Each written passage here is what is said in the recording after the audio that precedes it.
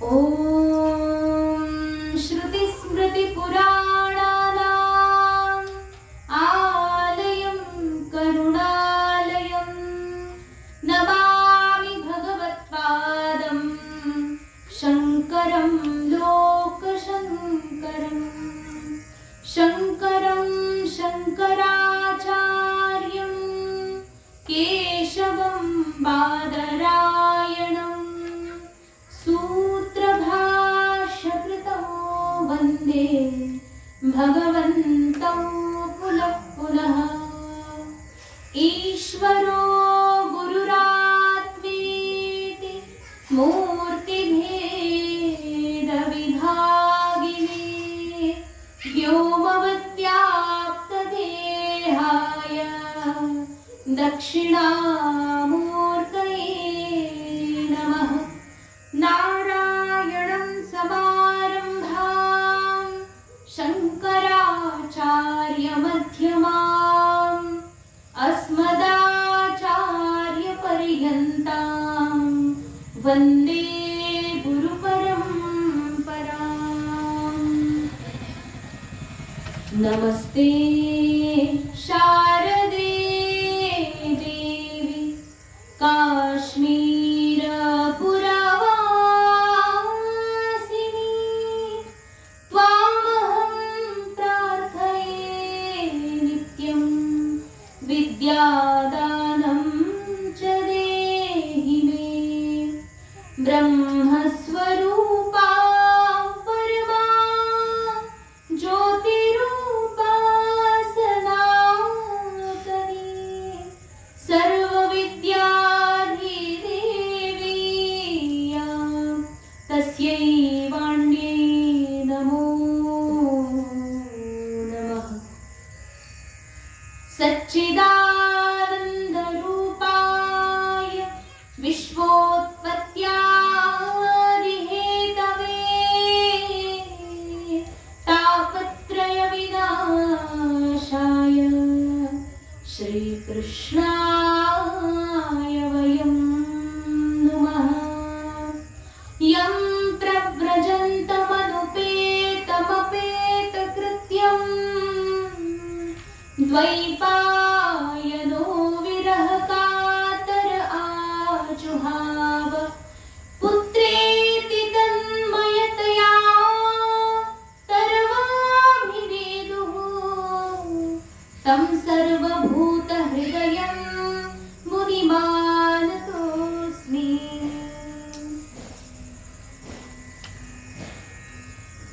अखिल गुणनिधान भगवंताच्या कृपेनं आपला हा निरंतर चालू असलेला श्रीमद भागवत सत्संग आणि काल आपण सगळ्यांनी श्रवण केलं होतं, आहे का सगळ्यांच्या लक्षात? काल आपण काय ऐकलं होतं, आहे लक्षात? सांगू शकता? देवाची पुस्तक काल काय ऐकलं होतं सांगू शकता? कथा समजते ना सर्वांना?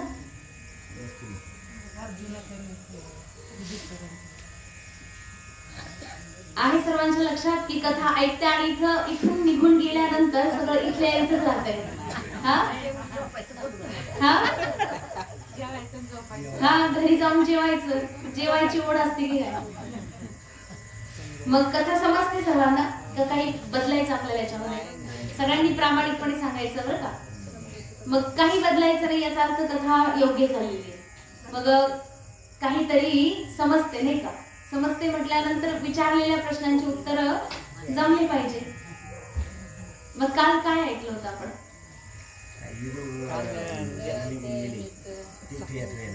विदुर तीर्थयात्रेला गेले. धृतराष्ट्र कुठे गेले? अग्नीमध्ये मिळून गेले धृतराष्ट्र आणि गांधारी. पुढे संवाद काय झाला होता? युधिष्ठिर महाराज आपल्या भवनामध्ये बसून चिंता करत होते. नारदजी आले आणि त्यांची सांत्वना करतात. तेवढ्यात त्या ठिकाणी अर्जुन आला. कुठे गेला होता अर्जुन? द्वारकापुरीला. द्वारकापुरीला कशाला पाठवलं होतं?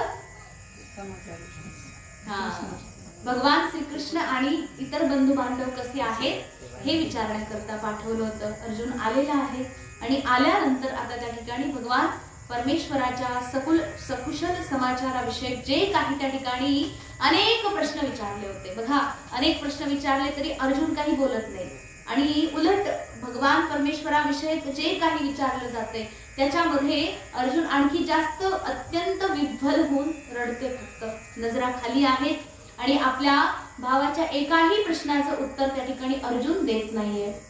झडी लागलीये प्रश्नांची, परंतु एकाही प्रश्नाचं अद्याप उत्तर दिलेलं नाही. तेव्हा राजा युधिष्ठिर आता स्वतः अनुमान लावताय की अर्जुना, तू एवढा जास्त दुःखी होऊ शकत नाही दुसऱ्या कारणातून. कारण की तुझं दुःख जे आहे, दुःख होण्याचं जे कारण आहे ते नगण्य जर असतं तर तू एवढा चेहरा पाडून आला नसता मुळात. मग असं काहीतरी विशेष कारण आहे आणि ते सगळ्यात विशेष आणि सगळ्यात मोठं कारण ते म्हणजे असं आहे की भगवान श्रीकृष्ण परमात्मा या ठिकाणी आले होते. ती जी लीला होती ती सगळी संवरण केली त्यांनी, संपूर्ण लीला संपवली आणि आता भगवान श्रीकृष्ण परमात्मा आपल्या धामाला निघून गेले की काय, अशा प्रकारे मला आशंका वाटते. मग हेच खरं कारण आहे की काय तुझ्या दुःखाचं, असं त्या ठिकाणी राजा युधिष्ठिरानं अनुमान लावला आणि अर्जुनाला विचारलं. आता त्या ठिकाणी अर्जुन आता आपल्याला उत्तर देणार आहे. सूतजी महाराज अत्यंत सुंदर प्रकारे याचं वर्णन करून त्या ठिकाणी सांगतात. इथे पहिल्या स्कंदाचा 15वा अध्याय सुरू झाला. या अध्यायामध्ये सांगितलंय की भगवान श्रीकृष्ण परमात्मा जे आहेत त्यांचं काय झालं. सूतजी महाराज सांगतात, एवं कृष्ण सखः कृष्णो भ्रात्रा राज्ञा विकल्पितः नाना शंकास्पदं रूपं कृष्ण विश्लेषकर्षित. आपल्या मोठ्या भावाचे, आपल्या भ्रात्याचे अनेक प्रश्न ऐकले आणि आता काय उत्तर द्यावं अशा प्रकारे अनेक आशंका या अर्जुनाच्या मनामध्ये आहे. अनेक प्रकारे त्या ठिकाणी विचार करून आता अर्जुन स्वतः बोलायला लागले. अर्जुनाने सांगितलं की हे भैया, बडे भैया. अर्जुन उवाच वंचितोऽहं महाराज हरिणा बंधुरूपिणा येन मे पहृतं तेजो देवविस्मापनं महत्. हे राजन, भगवान श्रीकृष्ण आता गेले असं तर म्हणत नाही अर्जुन. बघा शब्द किती सुंदर वापरले. काय म्हणले, वंचितोऽहं महाराज, मी वंचित झालो. हे महाराज, मी वंचित झालो. कशापासून म्हणतात, हरिणा, भगवान परमात्मा श्री हरी जे आहेत त्यांच्यापासून मी आज वंचित झालो.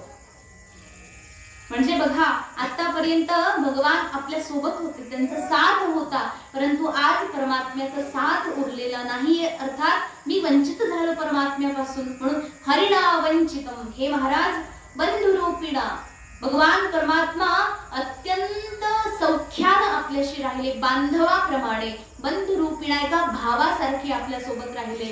येन मे अपहृतम तेजः. आणि झालं काय आता, जे अत्यंत सखा, बंधू आणि अत्यंत परम हितैषी राहून आपल्याला निरंतर ज्यांनी साहस, धैर्य देऊन आपल्या जीवनाचं निरंतर रक्षण केलं, असे भगवान श्रीकृष्ण परमात्म्यापासून, त्या श्रीहरीपासून आज मी वंचित झालो.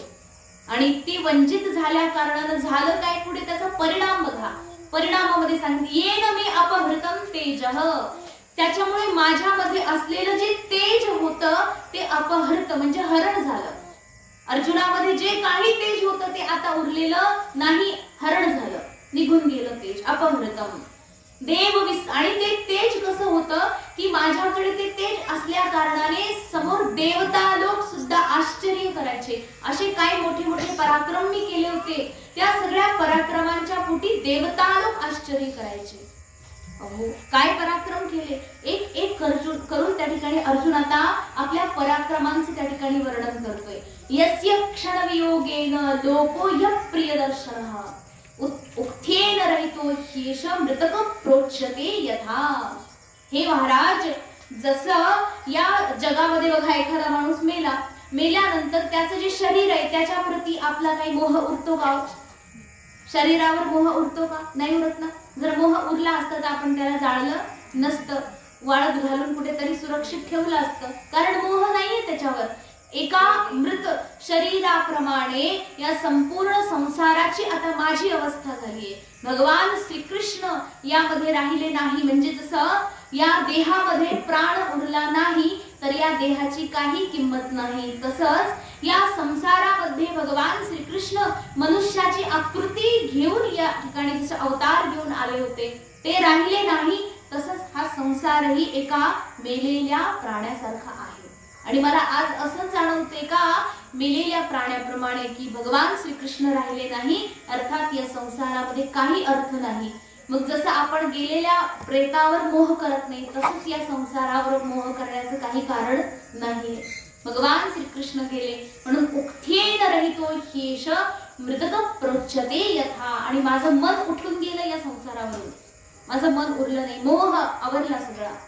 भगवान श्रीकृष्ण परमात्म्यांनी अहो काय नाही केलं. त्यांच्या विरहामध्ये अत्यंत व्यथित अत्यंत दुःखी झालेला अर्जुन एक एक करून परमात्म्याची आठवण काढतो. बघा आपणही आठवण काढतो की नाही. एखादा माणूस गेल्यानंतर रडत रडत रडत आठवण काढतो. काय म्हणतो? असा होता ना, तसा होता ना, बरा होता ना, त्याने मला असं दिलं होतं ना. म्हणजे मेल्यानंतर बघा माणूस किती दुर्गुणी असला ना तरी कुठेतरी म्हणतो बरा होता, म्हणतो ना, काही झालं तरी बरा होता, आधार होता, असा होता, तसा होता. म्हणजे एक त्या ठिकाणी त्याच्याविषयी चांगल्या गोष्टींची आपण विचार करत करत त्याच्याविषयी वियोग व्यक्त करतो, खंत व्यक्त करतो. परंतु बघा भगवान परमात्मा कुठेही गेलेले नाहीयेत. वस्तुतः ते सर्वत्र सर्व व्यापक परमात्मा ना कधी येतात ना कधी जातात. तरीही भक्तांचा भाव राखण्याकरता भगवान एक मनुष्याची आकृती घेऊन येतात, भक्तांना आनंद देतात आणि या प्रकारे शरीर त्याग करून भक्तांचं त्या ठिकाणी रक्षणही करतात. भगवान श्रीकृष्ण गेले नाही, परंतु तथापि अर्जुनाचा जो भाव आहे त्या भावाला तो व्यक्त करत म्हणतोय की भगवान परमात्मा त्यांनी काय केलं होतं आमच्याकरता. म्हणतात देवाने काय नाही केलं. भगवान माझ्याकडे आता जे काही बळ होतं ना आतापर्यंत या विश्वामध्ये जन्म घेतल्यापासून तर मृत्यूपर्यंत आतापर्यंत सगळं जे काही केलं मी, जे पराक्रम आतापर्यंत दिसले सगळेच्या सगळे ते भगवान श्रीकृष्ण परमात्म्याची कृपा मात्र आहे. आणि हे मला आज अत्यंत स्पष्टपणे कळालं. एक उदाहरण दिलं. अर्जुन म्हणाला की द्रौपदीचं स्वयंवर झालं होतं. राजा द्रुपदाच्या राज्यामध्ये मोठमोठे महान राजा लोक बसले होते. एकापेक्षा एक मोठे महारथी, परम तेजस्वी, शस्त्रास्त्र विद्येमध्ये पारंगत असलेले सगळे राजे लोक बसले होते. त्या सगळ्या सभेमध्ये मला त्या ठिकाणी मान मिळाला की मत्स्य जे आहे त्या मत्स्याला त्याचं जे डोळा होता त्याचं छेदन करून द्रौपदीचं स्वयंवर मी केलं. बघा एवढे सगळे होते परंतु तरीही मीच का करू शकलो नाही. त्याचं कारण म्हणजे केवळ परमात्म्याची कृपा, भगवान श्रीकृष्णाचीच कृपा होती. म्हणून मला ते धनुष्य उचलताही आलं, त्याच्यावर प्रत्यंचाही चढला आणि तीर सोडून त्या मत्स्याचं नेत्रभेदनही केलं. त्यातून द्रौपदी स्वयंवर झालं. भगवान परमात्म्याचीच ती कृपा होती. त्याच्यानंतर सांगितले की बघा मी सर्व देवतांवर विजय मिळवला. सगळे इंद्रादी सहित सगळ्या देवता लोकांसोबत मी विजय मिळवला. आणि त्या ठिकाणी अग्नी देवतेला तृप्त करण्याकरता मी माझं जे खांडव वन होतं जे आपल्याला मिळालं होतं, खांडव वन त्या ठिकाणी अग्नी देवतेला दान करून टाकलं. आणि त्याच्या बदल्यात अग्नी देवता आणि सगळ्या देवतांनी प्रसन्न होऊन मय नावाच्या दानवापासून एक सुंदर अशी सुंदर भव्य दिव्य सभा निर्माण करून दिली. त्याला मायावती सभा म्हणतात. म्हणजे जिथे पाणी आहे वस्तुतः ती जमीन असते, परंतु जिथे जमीन आहे तिथे पाणी असतं. अत्यंत विचित्र प्रकारची मायामयी सभा बनवली. दुर्योधन जसा चालत चालत पुढे गेला आणि त्याला वाटलं की इथे समोर पाणी आहे, परंतु दासींना पाहिलं की पाणी ते फक्त दिसतंय परंतु ते पाणी नाही, जमीन आहे. दुर्योधन चालत गेला, एका ठिकाणी त्याला पाणी दिसलं, तो म्हटला रे पाणी नाहीये. चालत गेला तर त्या ठिकाणी त्याला बुडून गेला. तिची द्रौपदी हसली होती त्याच्यावर. परंतु हे जे काही आहे जी मायावती मायामयी जी बनलेली सभा होती ती मय नावाच्या दानवाकडून मिळवली. म्हणजे एवढा सगळा जो पराक्रम होता तो कोणाच्या बळावर? माझ्याकडे काही सामर्थ्य आहे का ते सगळं करण्याचं? भगवंताने कृपा केली होती म्हणून हे जमलं. पुढे अर्जुनाने सांगितलं की जरासंधाचा वध केला. भगवान श्रीकृष्णाने बघा महाभारतामध्ये ना सगळ्यात शेवट ही झालेली घटना आहे. जेव्हा राजाला यज्ञ करायचा होता, जरासंध एकच उरला होता फक्त. त्याला मारण्याकरता भगवान श्रीकृष्णाने वेश बदलून भगवान श्रीकृष्ण, भीमसेन आणि अर्जुन तिघे वेश बदलून जरासंधाकडे गेले. ब्राह्मणाचा वेश घेतला आणि द्वंद्व युद्धाची मागणी घातली की आम्हाला द्वंद्व युद्ध करायचं. ब्राह्मणांना दिलेलं वचन बघा राक्षस लोकही मोडत नव्हते. त्या ठिकाणी म्हटलं ठीक आहे, तुम्ही वेश बदलून आलात, परंतु द्वंद्व युद्धाची मागणी केली आहे, त्याच्यामुळे क्षत्रियाचं त्या ठिकाणी कर्तव्य म्हणून मी पालन करणार. जरासंधासोबत भीमाने युद्ध केलं. भीमाकडे 10,000 हत्तीचं बळ आहे. एवढं सगळं बळ आलं कुठून? एवढा बलशाली जो भीम आहे त्याचं लहानपणापासून रक्षण त्या परमात्म्याने केलेलं आहे. आणि आज सुद्धा परमात्म्याच्या कृपेतूनच त्या ठिकाणी हा भीम जरासंधाला मारू शकला आहे. जरासंधाची काय बघा, त्याला मारलं जेव्हा ना असं पूर्ण फाडून काढलं. देवाने आज्ञा दिली की असं फाडून काढायचं. दोन्ही पाय धरले आणि असं फाडलं.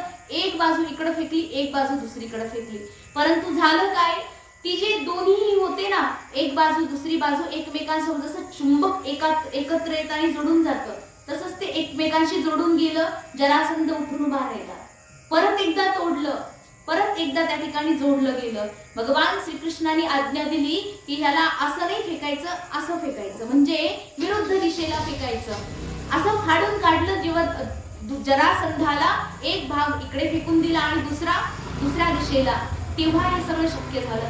आणि हे सगळं बळ, हे सगळं साहस, धैर्य आणि ही सगळी युक्ती कुणाकडून मिळाली? भगवान श्रीकृष्ण परमात्म्याकडून. भगवंतानेच ही सगळी बुद्धी दिली. अशा प्रकारे आमचं रक्षण केलं. जसं द्रौपदीचं वस्त्रहरण चाललं होतं कुरुराज सभेमध्ये, सगळ्या लोकांची मदत मागून मागून द्रौपदी थकून गेली. अक्षरशः भगवान श्रीकृष्णही त्या ठिकाणी उरले. भगवान परमात्म्याने ती भक्ताची आर्त धाव त्या ठिकाणी आर्त पुकार ऐकली आणि अविलंब धावत आला. तो परमात्मा त्याने द्रौपदीला वस्त्र पुरवलं. मग विचार करा, तो परमात्मा कोणत्या कोणत्या प्रसंगी आपली मदत करतो हो. तो परमात्मा पुढे वर्णन केलं की वनवास काळामध्ये बघा, वनवास काळामध्ये एकदा दुर्वासा ऋषी त्यांना पाठवलं होतं दुर्योधनाने. आपला शत्रू वैरी, आपला दुष्ट दुर्योधन, त्याने षड्यंत्र केलं की हे जे पांडव आहेत त्यांना दुर्वासा ऋषीचा शाप मिळाला पाहिजे. आणि दुर्वासा ऋषींचा शाप म्हणजे सगळं जीवन गेलं समजायचं. मग त्या ठिकाणी दुर्वासा ऋषींना त्यांच्या 10,000 शिष्यासोबत पाठवलं. जा म्हणे तिथे जाऊन जेवण कर. आणि कधी जायचं? जेव्हा द्रौपदीचं जेवण झालेलं असेल.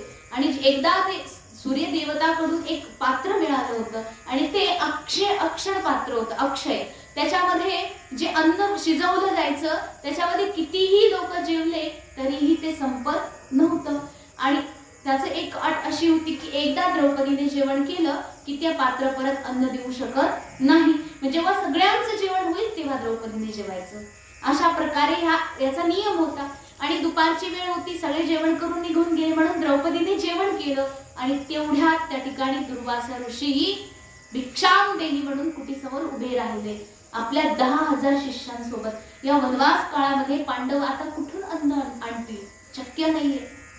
दुर्वासा ऋषी म्हटले जेवण तयार ठेवा, आम्ही स्नान करायला गंगेला चाललो. हे स्नान करायला गेले. आता करायचं काय असा प्रश्न होता. माता द्रौपदी अत्यंत चिंताग्रस्त आहे. ती अवस्थेत भगवान श्रीकृष्ण परमात्म्याला प्रार्थना केली. भगवान बस हे कृष्ण कृष्ण म्हणत संपत कुठे नाही तर भगवान कुटीमध्ये हजर. भगवान म्हटले काय झालं? म्हणजे असं असं आहे, काय करायचं देवा? भगवान म्हटले बघू ते पात्र बघू. तू पात्र मोकळं केलं का? म्हणे हो पात्रात काहीच नाहीये. भगवान श्रीकृष्णाने म्हटले पात्र तर दाखव. त्याच्यामध्ये भाजीचा एक छोटासा कण तुकडा शिल्लक राहिला होता. भगवंताने तो घेतला आणि तोंडात टाकला. संपूर्ण चराचर तृप्त झालं. दुर्वासा ऋषी आणि त्यांचे 10,000 शिष्य भक्त नाही, संपूर्ण चराचर सगळ्या लोकांची भूक मिटून गेली. हे कोणी केलं? भगवान श्रीकृष्ण. तेवढ्या जर दुर्वासा ऋषी आले असते, म्हटले असते आम्हाला जेवण द्या. जेवण जर देऊ शकलो नाही तर दुर्वासा ऋषी अत्यंत महाक्रोधी लगेच शाप देऊन टाकला असता. पांडवांचं काहीही खरं राहिलं नसतं. मग ह्या षड्यंत्राकरता दुर्योधनानं पाठवलं, परंतु रक्षा केली भगवंताने. अशा प्रकारे या वनवास काळामध्येही देवानं आमचं रक्षण केलं. पुढे म्हणतात की अर्जुन अत्यंत घनघोर तपस्या करत होता. या वनवासाच्याच काळामध्ये युद्धाची तयारी म्हणून फार घनघोर तप केलं. आणि त्या तपामध्ये भगवान शंकर प्रसन्न झाले. आशुतोष भगवान शिव प्रसन्न झाले. आणि त्यांनी प्रसन्न झाल्यानंतर अर्जुनाची परीक्षा घेतली. त्या परीक्षेमध्ये भगवंताला आश्चर्य होईल. बघा, भगवान शिव आणि माता पार्वती दोघांनाही परम आश्चर्य होईल अशा प्रकारचा पराक्रम त्या ठिकाणी अर्जुनानं करून दाखवला. या पराक्रमा पाठीमागे श्रेय कोणाचं आहे? भगवान श्रीकृष्णही आहे. ते सर्व शक्तिशाली आहेत की त्यांनी अशी काही कृपा केली की अर्जुनाने कधीही पराजय किंवा कोणत्याही प्रकारचं दुःख कधी पाहिलंच नाही. दुःख अनेक प्रकारचे आले परंतु दुःख म्हणून कधी वाटलंच नाही. त्या सगळ्याचा जो भार होता दुःखाचा भगवंताने आपल्या खांद्यावर वाहून टाकला. अशा प्रकारे भगवान परमात्मा त्यांनी प्रत्येक ठिकाणी आपलं रक्षण केलं. अर्जुन म्हणतो की मी जेव्हा तपस्येच्या बळावर देवतांना प्रसन्न करवून घेतलं, देवता प्रसन्न झाले तर मला या सदेहाने स्वर्गामध्ये निमंत्रण झालं म्हणे.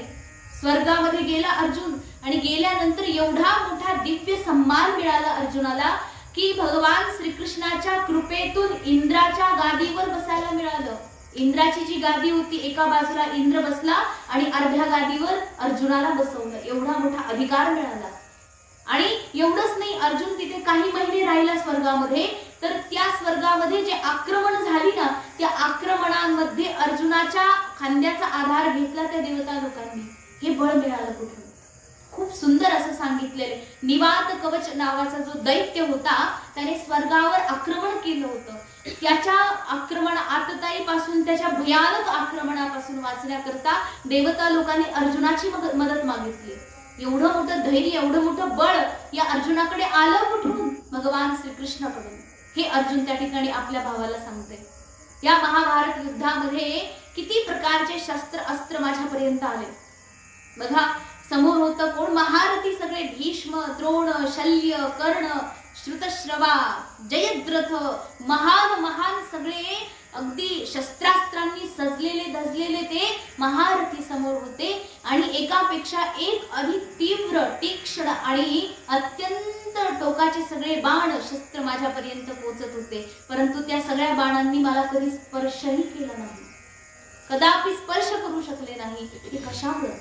केवळ भगवान श्रीकृष्णाची कृपा होती, त्या परमात्म्याचीच कृपा होती म्हणून हे सगळं शक्य झालं. पुढे अर्जुन सांगतोय की जेव्हा विराट जो अज्ञातवासाचा काळ होता, विराट राजाच्या राज्यामध्ये जेव्हा नकुल सहदेव त्यांच्याकडे सहदेवाकडे गोशाळा सांभाळायचं कर्तव्य होतं. आणि गोशाळेचं जे कर्तव्य असल्यामुळे यांना काय वाटलं आता, कारण इकडे जो आहे दुर्योधन त्याने संपूर्ण गोशाळा जी आहे गोधन हरण करून घेऊन गेला होता. सगळ्या गाया चोरी गेल्या. मग अशा वेळी सगळा जो आरोप आहे तो जो गोरक्षण करणारा सहदेव होता त्याच्यावर येईल ना. त्या ठिकाणी अर्जुनाने युद्ध केलं आणि त्या युद्धामध्ये सगळ्यांना त्या ठिकाणी मूर्छित केलं. फक्त मूर्छितच नाही केलं तर त्यांच्या अंगावर असलेले वस्त्र आणि त्यांच्या अंगावर असलेले दिव्य दिव्य आभूषण सुद्धा काढून घेऊन आला अर्जुन. म्हणजे एवढा सगळा पराक्रम केला. अशा प्रकारे ते गोधन पुन्हा घेऊन आलो. तर हे जे आहे ते सगळं शक्ती, ते बळ, ते धैर्य सगळं काही भगवान श्रीकृष्णाकडूनच मला मिळालं. पुढे म्हणतोय की बघा, आणि आज अशी परिस्थिती आहे की एवढे सगळे पराक्रम मी असे काही केले की सगळे देवता लोक आश्चर्याने पाहायचे. अरे अर्जुन हा कोणी सामान्य माणूस आहे, एक सामान्य माणसासारखा दिसतोय. आज एवढं त्याच्याकडे बळ आहे, एवढा पराक्रम तो करू शकतोय. हे सगळं आश्चर्याने सगळे लोक पाहायचे. परंतु आज माझी अत्यंत वाईट परिस्थिती आहे, दयनीय स्थिती आहे. काय म्हणे की भगवान कृष्ण जसे या धराधाम पृथ्वीला सोडून गेले तसं माझ्यामध्ये असलेलं जे तेज आहे सगळं काही निघून गेलं, क्षणात निघून गेलं, काही शिल्लक राहिलं नाही. आणि अशी परिस्थिती आहे की भगवान श्रीकृष्ण निघून गेले. त्याच्यानंतर त्यांच्या जेवढ्या पत्नी होत्या त्या सगळ्या स्त्रियांना त्यांना एकत्र गोळा करून मी हस्तिनापुराकडे घेऊन येत होतो इकडे.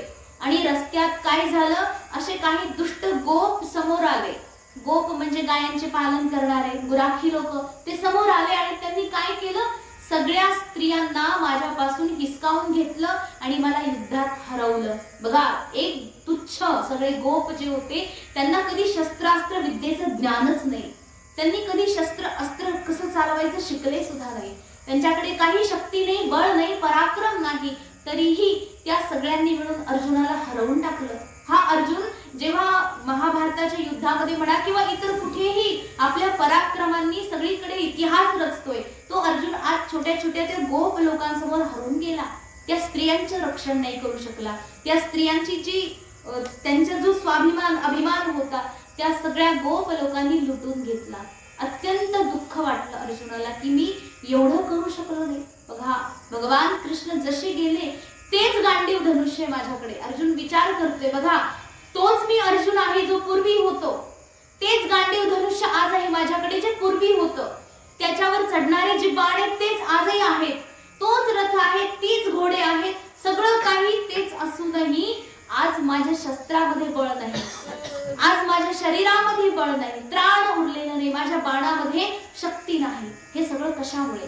केवळ आणि केवळ भगवान श्रीकृष्णाची कृपा दृष्टी माझ्यावरून हटलीये की काय? परमात्मा निघून गेले, बस तेवढ्याच कारणामुळे आज मी अत्यंत शक्तिहीन झालो, श्रीहीन झालो. माझ्याकडे सर्व दैवत्व, सगळं तेज, सगळं बळ ते केवळ कृष्ण भगवंताच्या उपस्थितीमुळे होतं. आज ते नसल्या कारणानं उरलं नाही. अशा प्रकारे आपलं जे दुःख आहे, भगवान श्रीकृष्ण गेल्याचं जे दुःख आहे ते अर्जुन आपल्या भावाला सांगतोय. अनेक प्रकारे आपलं त्या ठिकाणी भगवंताने पालन केलं बघा. आणि आपण केवढे मूर्ख. अर्जुन व्यथा करून सांगतोय की मी त्या परमात्म्याला त्या श्रीकृष्ण भगवंताला काय केलं? आपला भाऊ, आपला बांधव, आपला मित्र, असा स्वजन सोयरा म्हणून त्यांचं काय केलं? मी अपमान करत राहिलो. कधी मी असा विचार नाही केला की हे भगवान आहेत. कधी त्यांनी म्हणजे अशा प्रकारे कधी विचारच केला नाही. जेवण करताना कधी कधी थट्टा म्हणून काही बोलून द्यायचो, कधी सखा म्हणून काही बोलून द्यायचो. परंतु जसं माता पिता आपल्या पुत्रांचा प्रत्येक अपराध त्या ठिकाणी आपल्या पदरात घेतात, आनंद वाटतो. जसं जे बाळ आहे बघा गर्भामध्ये असतं आईच्या, आणि गर्भामध्ये आई त्याला ठेवते, हे आईचे केवढे उपकार आहेत. वरून ते बाळ काय करतं बघा, गर्भातच लाथ मारायला सुरुवात करतं. बाहेर आल्यानंतर लाथ मारली यात काही म्हणजे संशय नाही, ते पोटातच आईच्या लाथ मारायला शिकलेलं आहे, तिथेच लाथ मारतं की. पण आईला किती आनंद वाटतो. आई दुःखी होते का? मला बाळाने लाथ मारली म्हणून ती त्याला खवळते का, ओरडते का, मारते का? नाही ना. का बरं? तिला आनंद वाटतो त्याच्यामध्ये की हा माझ्या बाळाने मला लाथ मारली. छान वाटतं तिला. त्रास जरी झाला तरी काहीच वाटत नाही. बघा भगवान परमात्मा अशाच प्रकारे आई आहेत आपल्या सर्वांचे. भगवान श्रीकृष्ण परमात्मा आईसारखं पालन करत होते आपलं. आपण काय प्रकारचा त्रास त्यांना नाही दिला. सगळं काही कष्ट, काही झालं की भगवान, काही झालं की कृष्ण, काही झालं की देवा, आणि फक्त तेवढ्या करता बरं का. बाकी वेळे भगवान काय आपल्याला भगवान परमात्मा म्हणून कधी वाटतच नव्हते. कित्येक वेळा खवळलो सुद्धा आम्ही देवाला, ओरडलो सुद्धा, अहो काय नाही बोललो. सखेती मत्वा प्रसभं यदुक्तम, हे कृष्ण हे यादव हे सखेती अजानता महिमानं तवेदम. हे भगवन तुझी महिमा आम्हाला जाणत नव्हतो आम्ही, तुझी महिमा आम्हाला ठाऊक नव्हती म्हणून आम्ही काही पण बोलायचो तुला. सखेती मत्वा, एक सखा साधारण मित्र समजून मी तुला काहीही बोलायचो. कधी कधी असं वाटायचं की अरे तू लहानपणापासून तुझी जी कहाणी आहे ना ती जर पाहिली तर फार मोठा पराक्रमी आहे तू. लहान वयामध्ये देवानं काय काय नाही केलं. पूतना, तृणावर्त, शकटासुर, अघासुर, बकासुर, कालिय या सगळ्या लोकांचं दलन दमन केलं भगवंताने. मग अशा प्रकारे तू काही कोणी सामान्यही नाही. मग नेमकं करायचं काय तुझ्याविषयी विचार? कधी कधी आम्ही हाही विचार करायचो. म्हणून असं वाटायचं की हा आमच्याच सारखा कोणीतरी माणूस आहे, फक्त त्याच्यामध्ये की नाही थोडं दैवत्व कुठून तरी भरलेलं आहे, एवढं असं वाटायचं. परंतु वस्तुतः आमचा तो मूर्खपणा होता. हे भगवन साक्षात जगदीश्वर परमात्माही तुम्ही स्वयं आमच्या सर्व भक्तांना आनंद देण्याकरता असा विग्रह रूप घेऊन त्या ठिकाणी आलात. माणसाची जी आकृती आहे ती घेऊन तुम्ही इथे आलात. म्हणून हे भगवन हे परमात्मन कृपा करून आम्हाला त्या सगळ्या अपराधांपासून क्षमा करा. अशा प्रकारे भगवान श्रीकृष्ण नसल्याचं जे दुःख आहे ते अर्जुनाने आपल्या भावाला तिथे अशा प्रकारे व्यक्त केलं. आणि पुढे विचारलं की तुम्ही विचारलं ना राजा की भगवान श्रीकृष्ण आणि त्यांचे सगळे बांधव, बंधू बांधव, सोयरे, त्यांचा जो प्रपंच होता तो सगळा कसा आहे, ते सगळे सुरक्षित आहेत की नाही, तर त्याचंही ऐका. आणि त्याचं उत्तर देताना त्या ठिकाणी अर्जुनाने सांगितलं की हे सगळे गेले. आणि कसे गेले म्हणतात, वारुणीं मदिरां पित्वा मदोन्मथित चेतसाम अजानतामिवान्योन्यं चतुष्पञ्चावशेषिताः त्या ठिकाणी अर्जुन म्हणतोय की हे भैया काय झालं, वारुणी मदिराम पित्वा, हे भ्राता हे सगळे जे लोक होते त्यांनी काय केलं, वारुणी नावाची मदिरा प्यायली, पिऊन घेतली बरं का. मदिरा म्हणजे दारू. त्या ठिकाणी तिचं नाव होतं वारुणी. वारुणी नावाची मदिरा त्या ठिकाणी जी समुद्र मंथनामधून निघाली होती. तर ती सगळ्या लोकांनी, जेवढे यदुवंशी होते सगळ्याच्या सगळ्यांनी पिऊन घेतली आणि त्या नशेमध्ये एवढे काय अगदी मदोन्मत्त झाले की त्यांना कळलंच नाही की कोण कोण कुणाचा काय आहे. आणि ते सगळे आपले जे बंधू बांधव, ज्यांच्या सोबत आपण लहानच्या मोठे झालो, ज्यांच्यामध्ये आपण वावरलो, जे आपले अत्यंत प्रेमी लोक आहेत, त्या सगळ्यांना आपलं शत्रू समजून बसलो आणि त्या सगळ्या यदुवंशीयांनी आपल्या सगळ्या बंधू बांधवांना एकमेकांना मारायला सुरुवात केली आणि आपला हा शत्रू आहे असं जाणलं आणि एकमेकांना मारून त्या ठिकाणी सगळे एकमेकांना खाऊ लागले. मारून टाकलं सगळ्यांनी एकमेकांना मिळून. म्हणजे त्या ठिकाणी दुसरं कोणी युद्धाकरता आलंही नाही, यांनीच यांना एकमेकांना संपवून टाकलं. बस त्या सगळ्या लोकांमध्ये फक्त 4 आणि 5 लोक अगदी उरले. बस यदुवंश फार मोठा होता. भगवान श्रीकृष्णाची ही सगळी लीला आहे. तुम्हाला काय वाटतं, यदुवंशांचं काय डोकं फिरलं होतं की काय? ब्राह्मणांनी शाप दिला होता त्यांना, अशा प्रकारे त्यांचा सर्वनाश होईल म्हणून. परंतु विनाश काले विपरीत बुद्धी, इथे अशा प्रकारे ही म्हण अत्यंत साजेशी लागू होते. विनाश काळ आला आणि बुद्धी विपरीत झाली. आतापर्यंत जे यदुवंशी ब्राह्मणांचा, ऋषीमुनींचा, संत महात्म्यांचा आदर करत होते, तेच यदुवंशी यांनी काय केलं, त्या ठिकाणी ब्राह्मणांचा अनादर केला आणि सांब नावाच्या यादवाला त्यांनी गर्भ धारण केल्याचं, स्त्रीचं रूप दिलं, त्यात गर्भ बनवला आणि त्या गर्भामध्ये मुसळ ठेवलं होतं. आणि संन्यासी महात्मांच्याकडे जाऊन काय विचारलं, म्हणे महाराज सांगा बरं, हे जे गर्भ आहे याच्यामधून नेमका काय उत्पन्न होईल, मुलगा होईल की मुलगी होईल, असं जाऊन विचारलं. मुळात ती स्त्री नव्हती, मुळात ते गर्भवती नव्हतं, त्याच्या आतमध्ये त्यांनी मुसळ घातलं होतं आणि त्यांनी सांगितलं, ब्राह्मणांनी अभिशाप देऊन टाकलं. ब्राह्मणांना काही कळत नाही का, म्हणजे परीक्षा घ्यायचं ठरवलं. बघा आधी माहित होतं संत महात्मे अत्यंत तपस्वी असतात, त्या तपस्येच्या बळाने ते काही पण जाणू शकतात, परंतु बुद्धीच विपरीत झाली ना. संत महात्म्यांचा अपमान केला आणि कुळाचा नायनाट झाला. बघा एवढीशीच गोष्ट आहे बरं का, लक्ष देऊ नये का. फक्त संत महात्म्यांचा अपमान केला, ब्राह्मणांचा अपमान केला. ब्राह्मणांना माहित होतं की यांना बुद्धी भगवंताने दिली, तरीही आपल्यालाही त्या नाटकामध्ये पात्र मिळालेलं आहे, त्या पात्राप्रमाणे यांना अभिशाप देऊन टाकायचा. आणि त्यांनी सांगितलं की माहित नाही कोण जन्म घेणार आहे, परंतु जो जन्म घेईल तेच तुमच्या कुळाचा सर्वनाश करण्याकरता पुरेसं आहे, तो तुमच्या कुळाचा नाश करून टाकेल जे जन्म घेईल.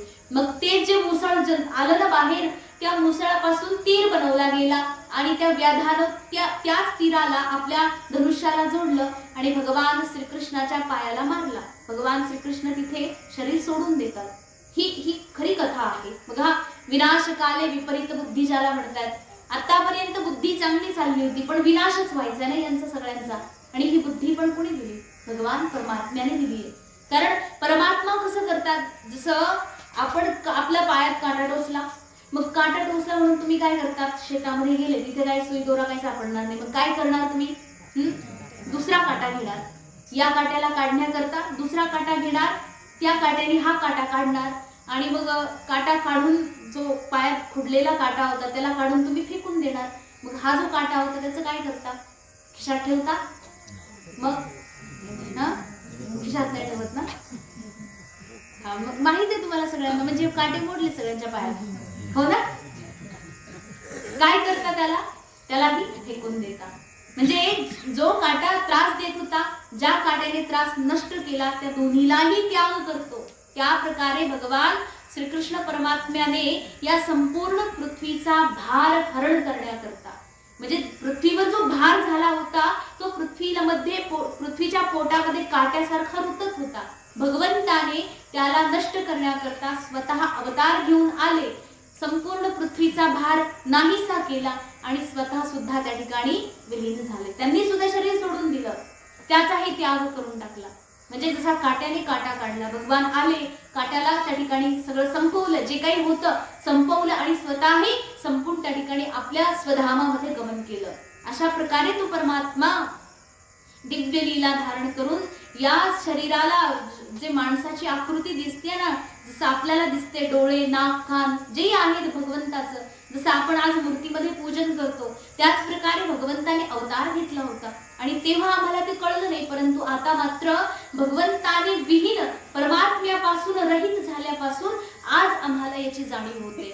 तसं पण आपण म्हणतोच ना, त्या व्यक्तीचं, वस्तूचं किंवा वेळेचं महत्व तेव्हा कळतं जेव्हा ते निघून जातं. आहे तोपर्यंत त्याचं महत्व कळत नाही, गेल्यानंतर मग आता हाय हाय करण्यात काय अर्थ आहे. जोपर्यंत होतं तोपर्यंत कळालं नाही. तशीच ही वेळही आहे. अशा प्रकारे सगळं असं असतं की याची कधी पुनरावृत्ती होऊ शकत नाही. हे परत आता जे गेलंय निघून हे परत येऊ शकत नाही. हा क्षण जो निघून गेलेला आहे, तुम्ही काही पण परत मिळवू शकता, गेलेली वस्तू मिळवू शकता. प्रत्येक क्षण त्या ठिकाणी जो आहे गेलेला कदापि पाठीमागे येत नाही.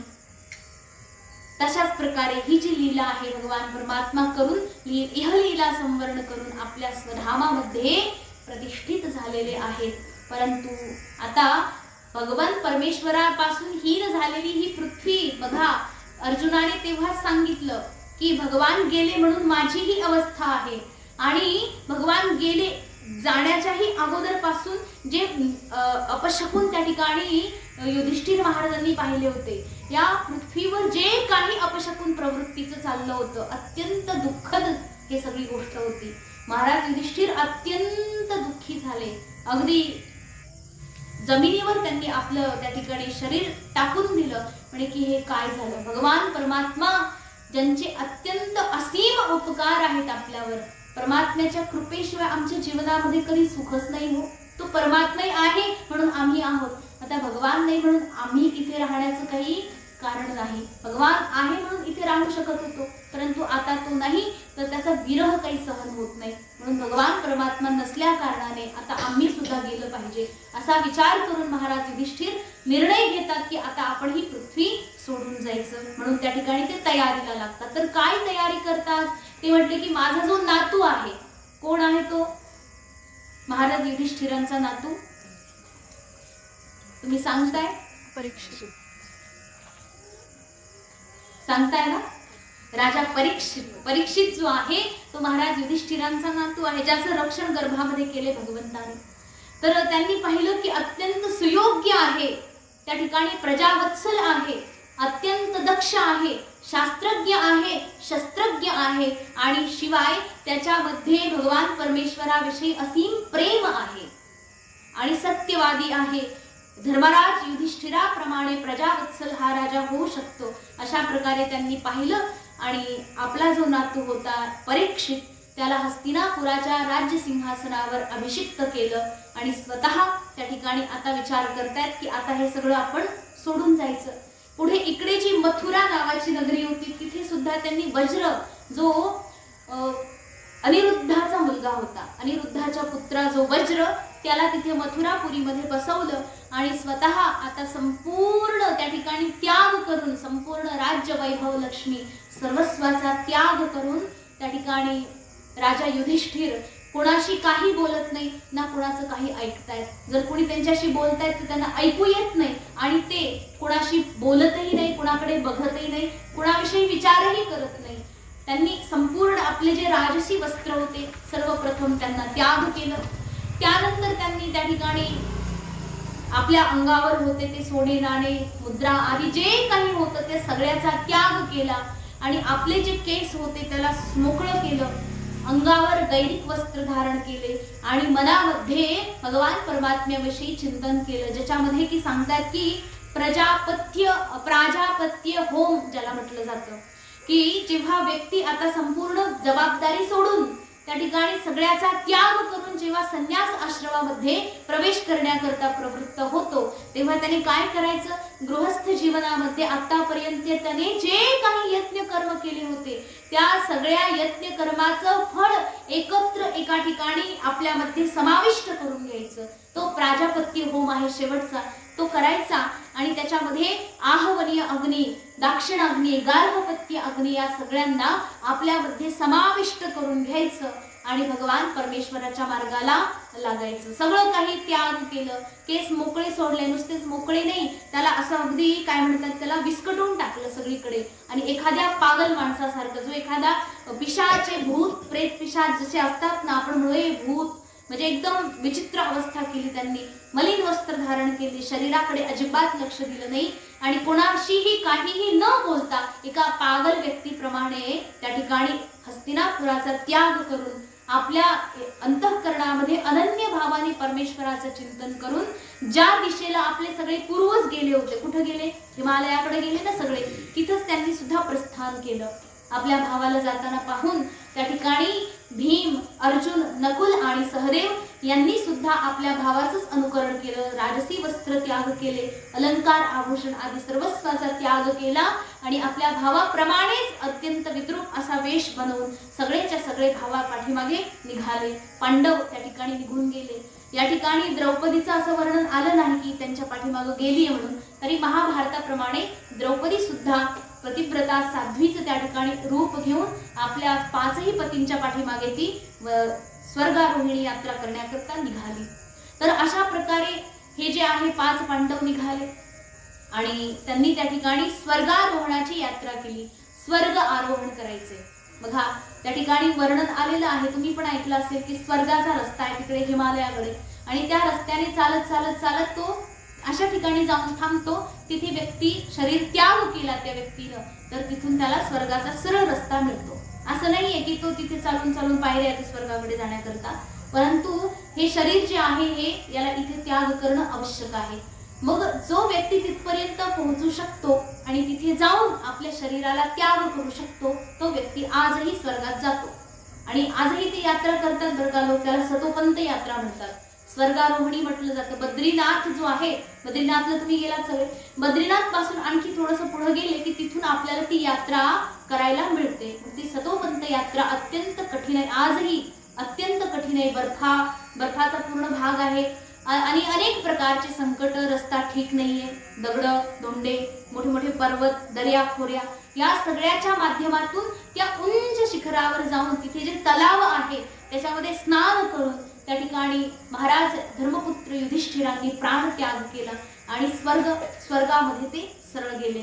आणि त्याच्यामध्ये असं वर्णन आले बघा, म्हणजे ह्या वर्णनाची इथे खरे तर गरज नाहीये, तथापि आपली एक माहिती म्हणून सांगायचं की 5 पांडव गेले होते, परंतु शेवटपर्यंत धर्मराज फक्त टिकले आणि त्यांच्यासोबत एक श्वान होता. श्वान हा धर्माचा प्रतीक आहे. श्वान म्हणजे कुत्रा, धर्माचं प्रतीक आहे, तो त्यांच्यासोबत होता. सगळ्यात पहिली त्या रस्ता जो अत्यंत बिकट होता, त्या रस्त्यामध्ये सगळ्यात पहिली द्रौपदी पडली. तिला पाहिलं, कुणी नकुलाने पाहिलं की अरे द्रौपदी तर पडली, मग ही का पडली? त्याची अनेक उदाहरणं दिली जातात की द्रौपदीला अनेक प्रकारचे अभिमान होते, त्या अभिमानाखातीर ती पडली, स्वर्गात जाऊ शकली नाही. नकुल पडला, त्याला सौंदर्याचा अहंकार होता. त्यानंतर सहदेव पडला, त्याला आपल्या ठिकाणी असलेल्या चातुर्याचा अहंकार होता. त्यानंतर अर्जुन पडला, अर्जुनाला आपल्या ठिकाणी असलेलं जे शस्त्रास्त्र विद्या आहे, अर्जुन त्या ठिकाणी मी एकमेव धनुर्धर आहे या विश्वामध्ये मोठा, याचा अभिमान होता, तो पडला. त्यानंतर मी अत्यंत मोठा बलशाली गदाधर आहे अशा प्रकारचा अभिमान करणारा भीमही पडला. असं करत करत सगळे पडले आणि एकमेकांना ते पाहत होते, परंतु महाराज युधिष्ठिर हे कोणाकडे पाहत नव्हते आणि कोण पडलं आणि कोण आपल्या सोबत येते याचं त्यांना भान नव्हतं. ते सरळ आपल्या गंतव्याकडे एकाग्र होऊन निरंतर चालयमान होते, थांबलेच नाही, अगदी चालत राहिले. अशा प्रकारे ही सतोपंत जी स्वर्गारोहणी यात्रा आहे ती त्यांनी पूर्ण केली. अशा प्रकारे पांडव आपल्या पुत्रांना म्हणजे राजा परीक्षिताला त्या ठिकाणी संपूर्ण राज्यकारभार सांभाळायला देऊन सगळे निघून गेले. माता कुंतीलाही जेव्हा कळालं होतं की भगवान श्रीकृष्ण राहिले नाहीयेत, ती सुद्धा अत्यंत विरह कातर विफल होऊन संपूर्ण प्रपंचामध्ये असलेली मोहमाया, मनामध्ये आपल्या पुत्रांविषयी, नातवांविषयी, प्रजेविषयी अथवा अनेक बाकीच्या विषयी जे थोडं थोडं उरलेलं प्रेम, मोहमाया जी काही होती त्या सगळ्याला तिने तोडून टाकलं आणि फक्त आणि केवळ भगवान श्रीकृष्ण परमात्म्यामध्येच आपल्या मनाला विलीन करून टाकलं. अशा प्रकारे पांडवांचा स्वर्गारोहण झाला. आणि त्यानंतर विदुर महाराजांचं या ठिकाणी वर्णन आलं की विदुर महाराज जे होते, जे तीर्थयात्रा करायला निघाले होते, पण तीर्थयात्रा करता करता प्रभास क्षेत्रामध्ये त्यांनीही आपल्या शरीराचा त्याग करून परमेश्वराच्या चरणावर कायमचे विलीन झाले. मग अशा प्रकारे हे सगळे निघून गेले. आता उरलं कोण हस्तिनापुरामध्ये? परीक्षित, जो राजा आहे ना आता. मग हा जो राजा आहे, कलियुगाच्या आगमनाला त्या ठिकाणी हा राजा बनलेला आहे.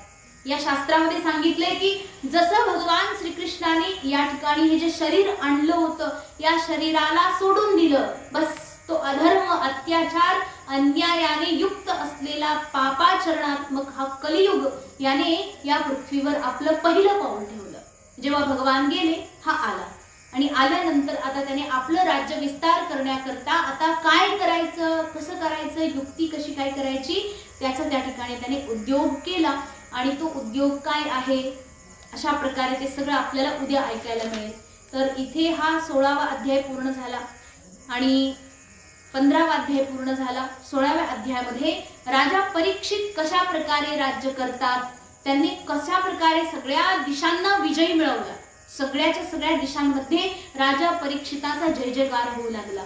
सगळीकडे दिग्विजय मिळवलेला हा धर्मात्मा प्रजावत्सल राजा कशा प्रकारे राज्य करत होता आणि त्याने त्या ठिकाणी जो कलियुग आलेला आहे, त्या कलियुगाचं कसं दमन केलं आणि धर्म आणि माता भगवती पृथ्वी या दोघांचंही त्या ठिकाणी रक्षण केलं. तर ते कशा प्रकारे सगळं केलं याचं वर्णन आपल्याला उद्याच्या भागवत कक्षेमध्ये ऐकायला मिळेल. अशा प्रकारे झालेली आजची जी सेवा आहे, भगवंताच्या चरणावर समर्पित करून वाणीला विराम देऊ. ओम पूर्णमद पूर्णमिदं पूर्णात् पूर्णमुदच्यते